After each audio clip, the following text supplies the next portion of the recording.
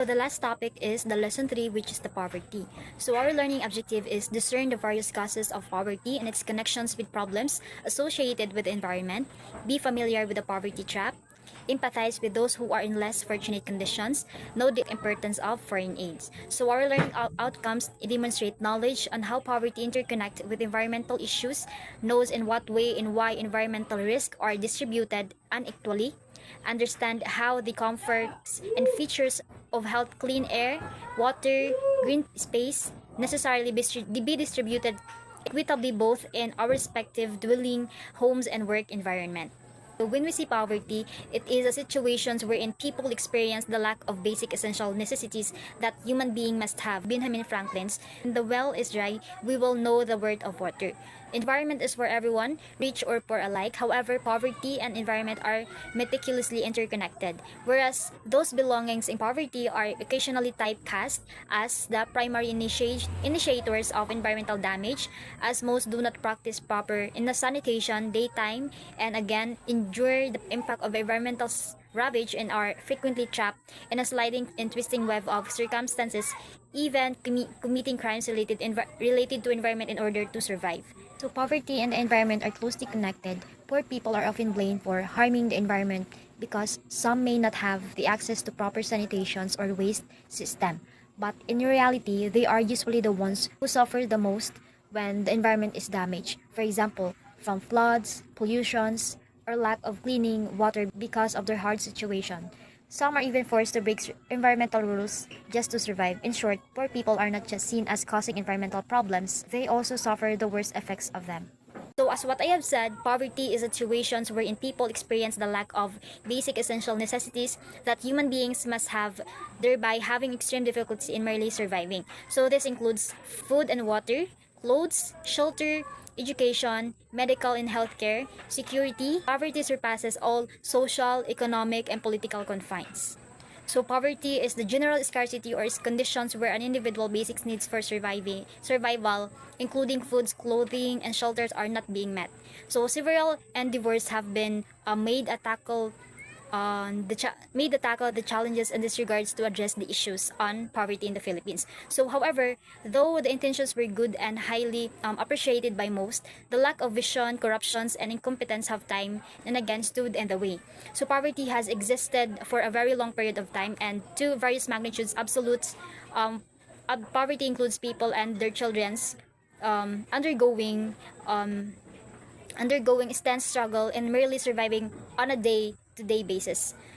So poverty itself implies deprivations and misery to the poor, and it's also makes them susceptible to countless forms of exploitation. So poverty can as well be especially detrimental to society in general, insofar as if can uphold a divided conflict society. So there are environmental causes erosion, so gradual destructions of land by natural forces such as water, wind, or ice. So effects including destructions of land, displacement of soil and plants, and reduction. Deforestation, permanent deforestation. So when we say deforestation, is this the illegal cutting of trees. So permanent destructions of forests for housing, farming, and industrial use. So the effects of it includes loss of species, climate change, soil erosion, and reduced quality of life. And also climate change, it shifts in weather patterns due to greenhouse gases, fossil fuels burning, volcanic eruptions, and human activities. Effects including melting ice, rising sea levels, health impacts, and habitat loss. So as you can see in the picture, that is the causes of poverty and the face of poverty. Depletion of natural resources, overconsumption, overpopulation, industrial development, deforestation, and pollution. So the effects of it is include reduced water quality, harmful toxins, and increased transportation costs.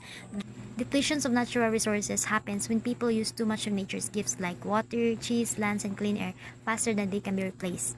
So the causes of it is overpopulations or too many people, overconsumption, using it too much, cutting down too many trees, building too many industries, and pollutions. So the result or the effects includes dirty water, poisonous chemicals, and the environment.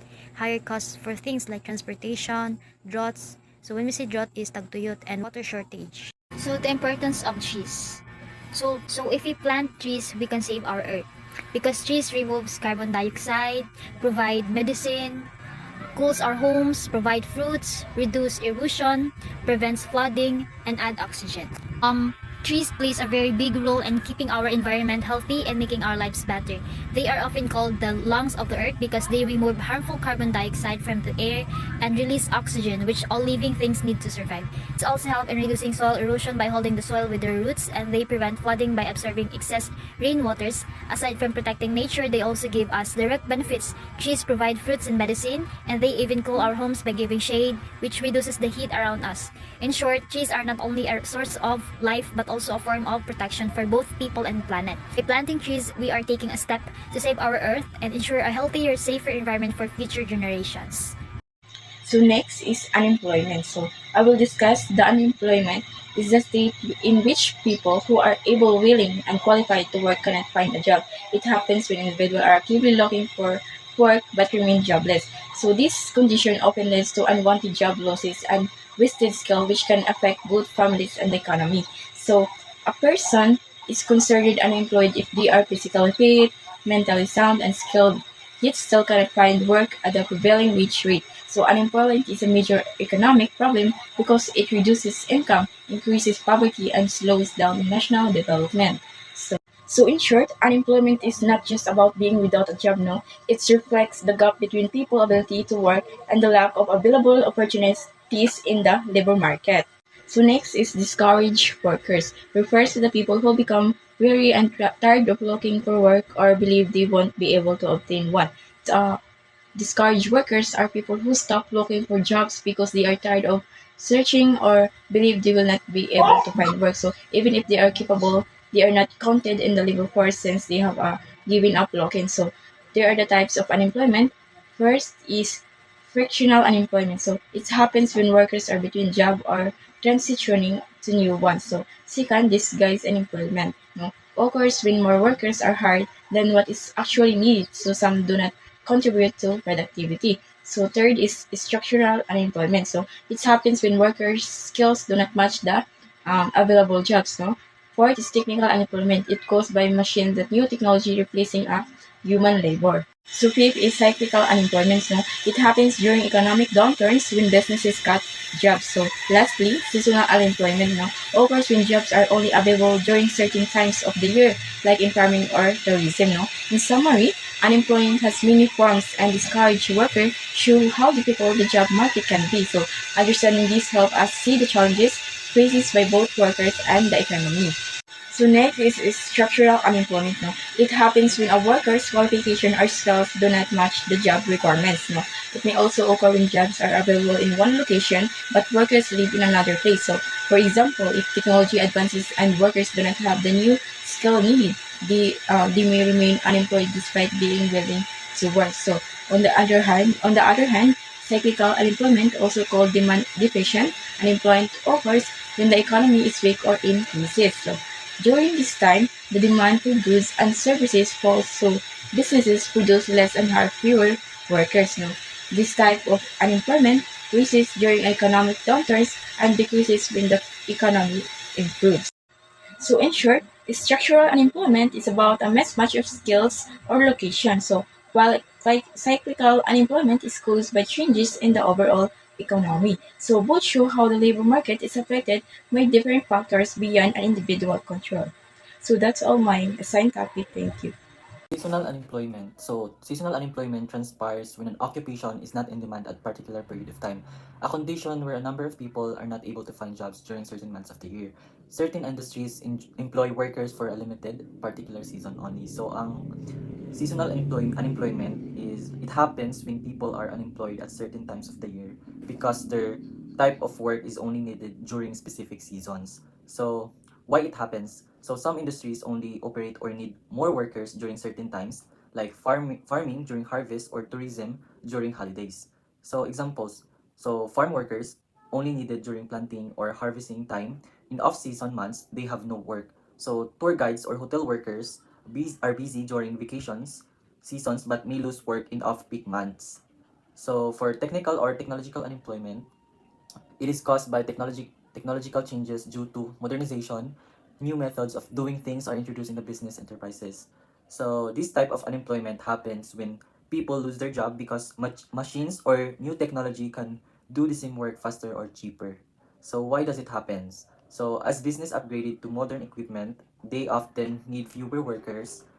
So people who don't have the new skills may lose their jobs. So example is factory workers, a machine is installed to pack goods, replacing human workers. So another example is bank employees. The introduction of ATMs reduces the need of for bank tellers.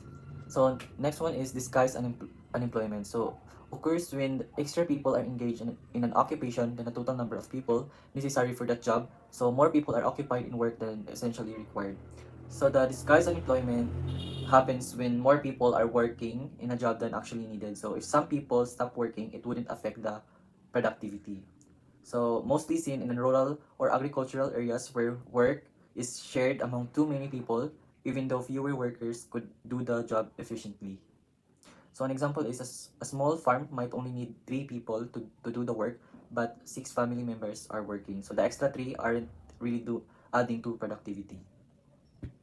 So for cause of unemployment, high population growth, economic inflation, economic recession, changing technology, unskilled workforce, absence of employment opportunities, slow developing of industries, insufficient rate of economic progress, lack of complementary factors of production, land capital, and entrepreneurship. So on the other hand, effects of unemployment at individual level, at social level, loss of earnings, civil unrest, mental stress, law and order problem, loss of self-esteem, directly linked to poverty. So, solutions to employment issues, improve awareness of available jobs. Dapat ang mga tao is aware sila sa job openings through better information sharing and communication. And then next one is provide training for skills development.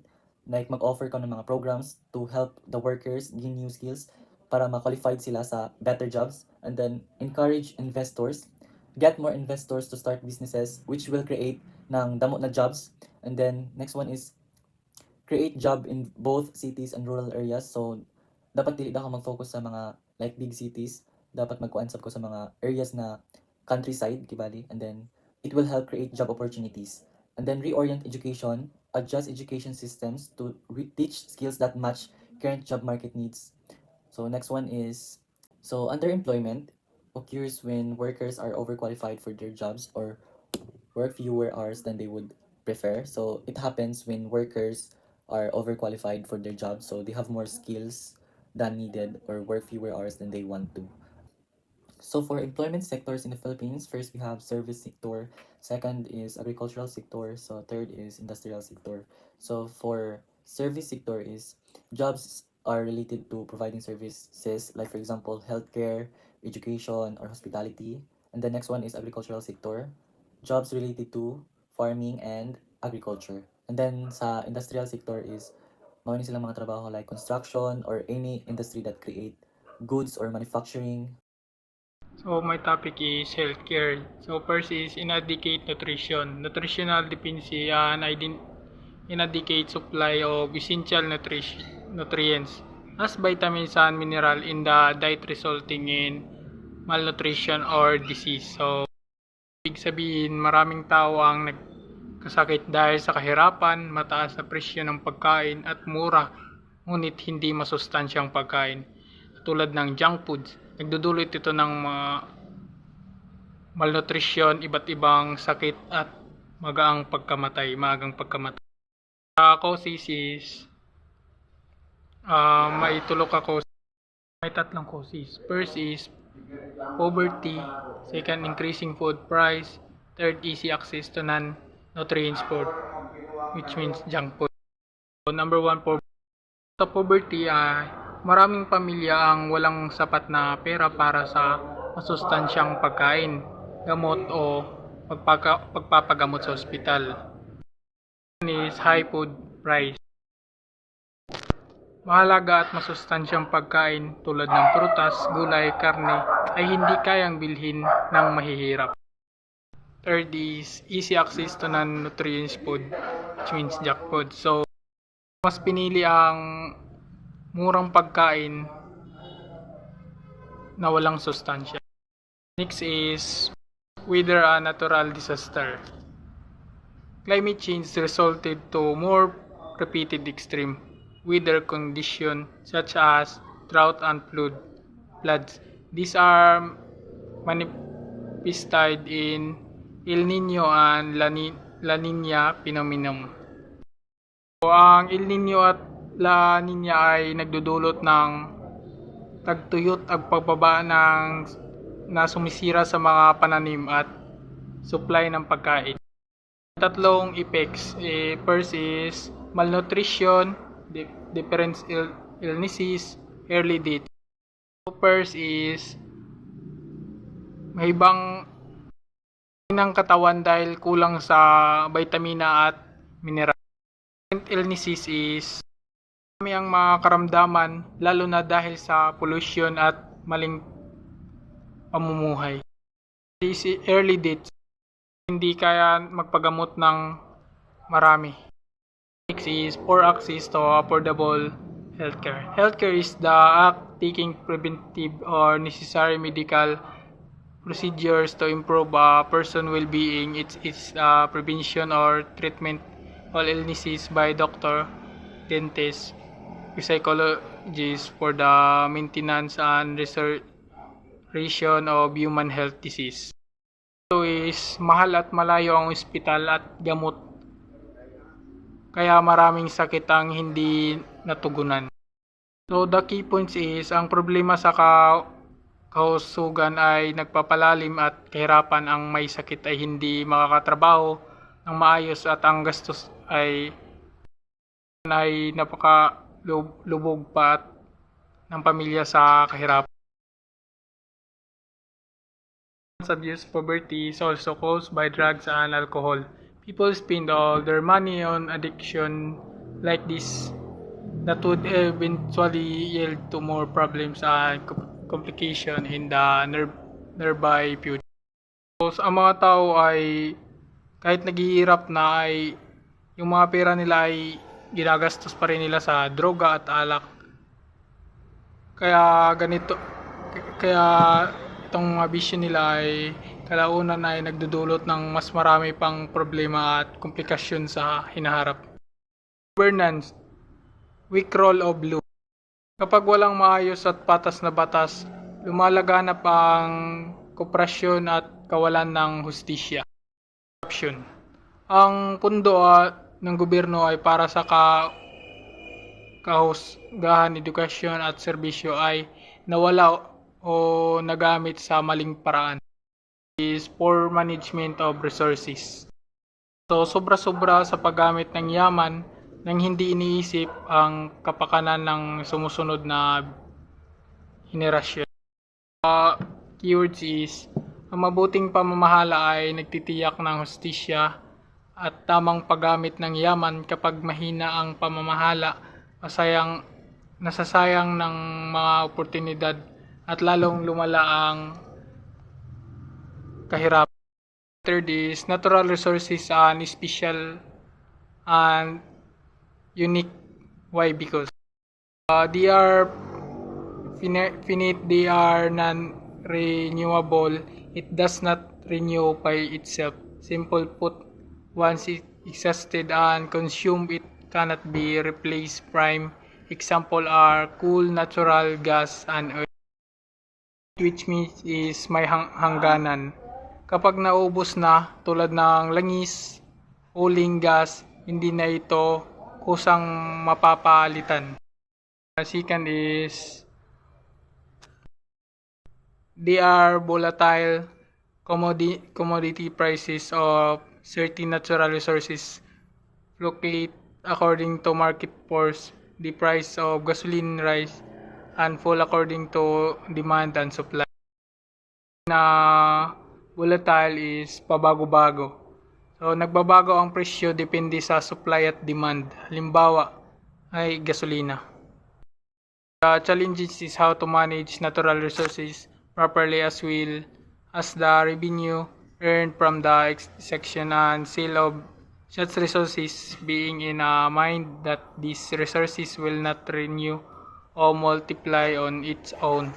Trees, for instance, once cut down will not produce another tree unless someone will plant and nurture it. hindi nagmamanage ng maayos ang likas na yaman, mawawala at magpapakanibangan ang mga sumusunod na irasyon. Halimbawa, kapag pinuputol ng mga tao ang puno, muling dapat ay hindi nagtatanim, tutuluyan ang mawawala ang kagubatan. So that's all. Hello everyone, my name is Michael Lorenza. I'm the last reporter of Group 1 in Topic 3 entitled of Poverty. I discussed to you about demographic and social factor. First is the overpopulation. Overpopulation, more mouth to feed, then more resources needed to meet at least the basic needs like food, clothing, and shelter. So, dahil sa overpopulation, ay mangailangan tayo ng maraming pagkain, damit, at magiging tirahan. Dahil sa overpopulation ay hindi kayang tugunan ng pangailangan ng mga tao ng gobyerno. Dahil sa overpopulation na, magdudulot ito ng poverty. Next is the war. Destroy the economy including business and agriculture sector. So dahil sa war ay wala nang magiging tax ang mga business and agriculture sectors because wala nang magsasagawa ng kanilang mga trabaho. Then, money spent on war and weapon of destruction instead of other important matters such as food, education, and health. So, ang mga pera ay dahil sa gera, ang money is ginagamit na sa pagbili ng mga baril instead na gamitin bumili ng pagkain, damit at tirahan. Then the next slide is individual belief, action, and choices. Human act according to his faith, values, and preference. It is the one choice if he want to be part of the solution with respect to the existing environment problem or be one of the contributing problem that aggravate the situation. Facts are presented. The choice is our to make. So as you can see, the cost of overpopulation. First is the poverty, environment, another pressure.